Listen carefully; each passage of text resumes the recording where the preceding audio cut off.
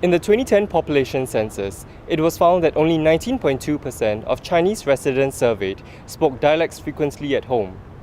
And in this group of people, only 2.7% were in the age group 15 to 24 years old. Are Chinese dialects at risk of becoming extinct in Singapore? In this featurette, we explore the reasons why this is happening and the challenges faced in overcoming this issue. What do you play? Just go and play only, but now it's cancer. They play at night, eh? This is a typical Singaporean household where conversations are carried out in English. Nowhere. Conversely, families like Miss Ng's, where dialect is still used on a daily basis, are perishing in Singapore.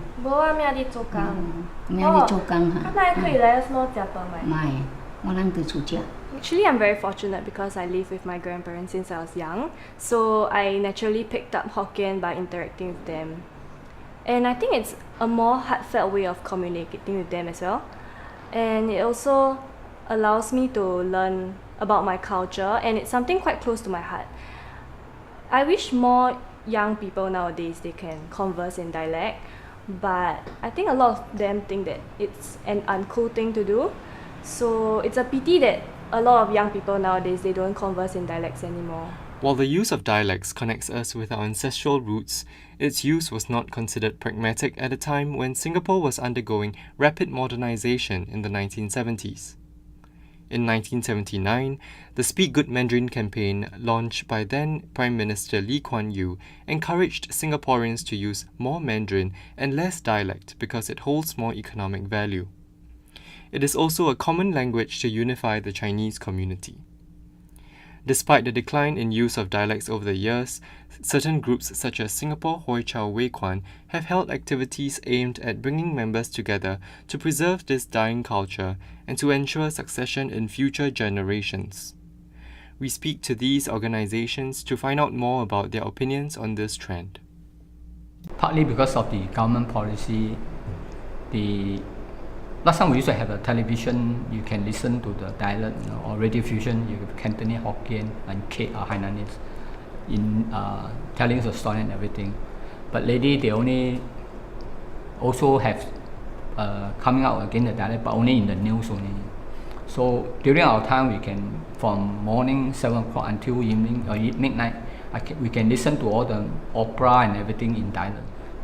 We also need, as they say, everybody in Singapore, the renewal of the association, we need to new blood to come in, youngster to come in, to carry on, because this is a culture and also the thing from the old ancient people that passed down here. We have to continue the thing to let it go on. I think the government also support this thing, but only thing is they don't support you at the front. They only when you organize this and that. It is indeed heartening to see groups like the Singapore Hoi Chau Wei Kwan actively bringing back the use of dialects in Singapore. However, what does the future hold for dialects in Singapore given that it is slowly becoming an extinct language? We speak to sociology professor Chua Beng Huat from NUS to find out more. The death of the dialect, so to speak, is a long process. Largely because of economic determination. Also, of course, the BAP had a very heavy hand in killing it by banning it in broadcast. I think that's very serious because children stop hearing the language. Parents also don't know. Parents go to formal school education. They start using Mandarin English at home. Even very bad English, they use English at home. Right? So it's been a very long process that is probably started, as I say, if you trace the beginning of Mandarin being taught since the 1920s, and English medium education expanded very quickly since the 1960s. So it's a long process of slow disappearance. Can it be revived? No, because there's no point. Other than, as I say, for a bit of nostalgia and a bit of very marginal claim of being Chinese. Just learn the Mandarin, learn it well, and you can claim all the Chinese you want. The truth remains that dialects lack utility in today's economy and continues to decline within a culture of pragmatism. As a nation that is constantly negotiating its identity, should Singapore forego a part of its heritage in order to move forward in a globalized world?